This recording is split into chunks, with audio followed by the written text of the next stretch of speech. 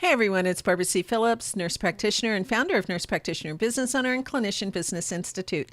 And I'm here with another business question of the week that comes into our websites and to some forms and email. And I'm going to show you how you can answer or ask your questions a little bit later. But right now we're going to talk about how do you expand your practice, because that's been a question that has come in more than one time. Now, if you're on our email list, you may have seen me answer this a while back, but chances are you haven't. So sit back and we'll go over this in just a few minutes. But before I get started, I think it's really important to make this disclaimer. I am not an attorney. I am not a CPA. I'm not in any state or on YouTube, any of those things. And I think it's really important that you take a look and do your own due diligence before you take any advice from anybody. Now, I do think that you should have a CPA and an attorney and a business coach on your team as you're getting started in starting your practice and in growing your practice.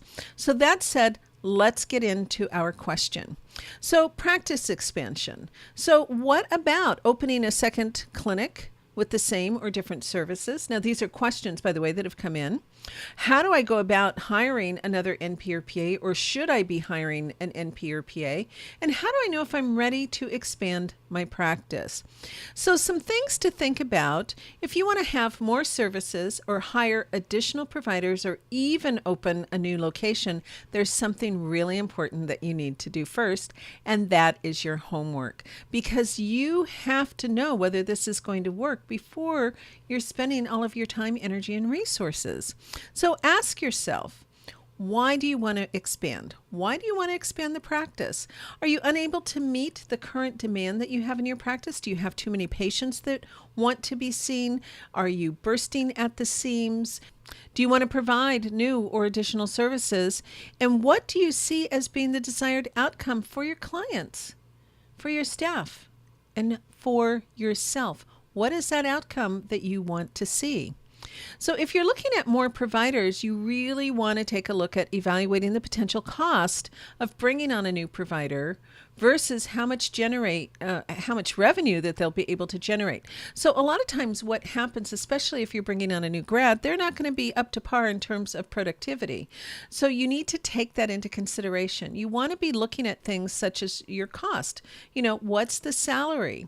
What about the employment taxes? Don't forget that. A lot of times people will just look at what it is they're paying somebody per hour or per month, and they don't look at the additional cost of what it takes to hire somebody on your staff, such as employment taxes, insurance, and benefits.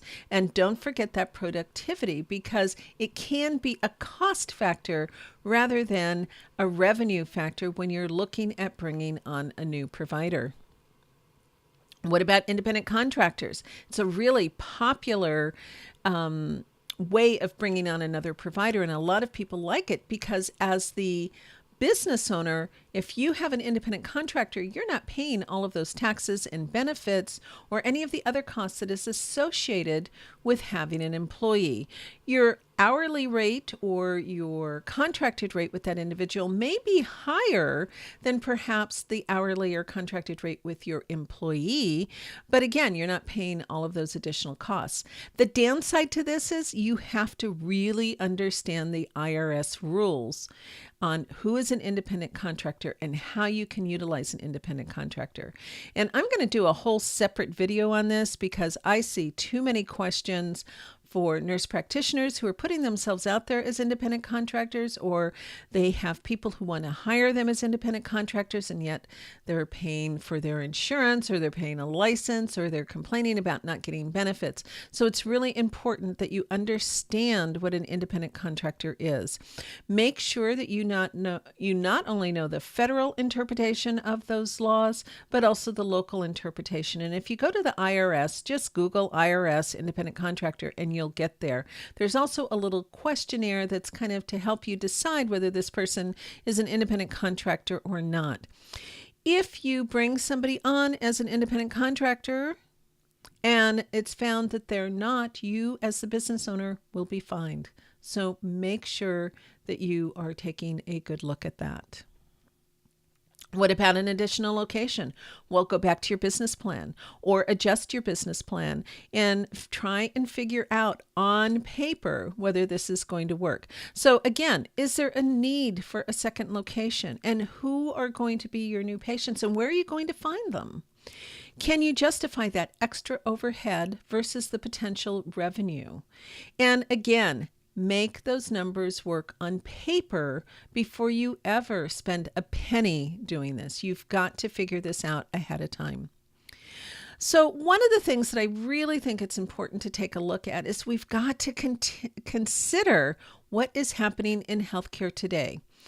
You have your own revenue model, whether you're taking insurance or whether you're cash or whether you're a combination of those or you're doing something else. But you have to think ahead about what are some of the anticipated and not anticipated changes that are coming down the pike in healthcare. We already know that we're going to do away with fee-for-service, but what else is going to happen? What's going to happen to affordable healthcare?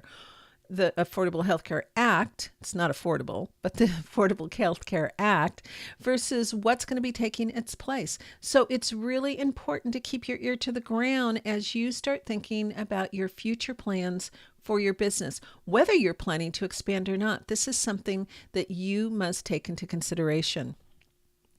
So that's it for this week's question of the week, and you can find us at any of the social media platforms that are out there. And if you're watching us on YouTube, or if you're not, please subscribe to our channel. If you are looking for a lot of information, I really want to tell you to go to our blog at npbusiness.org. We have been publishing that blog since 2007. So it's over 10 years now where you can get all sorts of business information.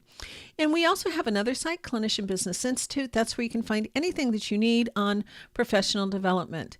And if you have a question for us, please go to bit.ly/NPQuest or send us an email to npbohelp@gmail.com. So that's it again for this week. Thank you so much for listening and sharing our videos, and I will look for you next time. Bye-bye now.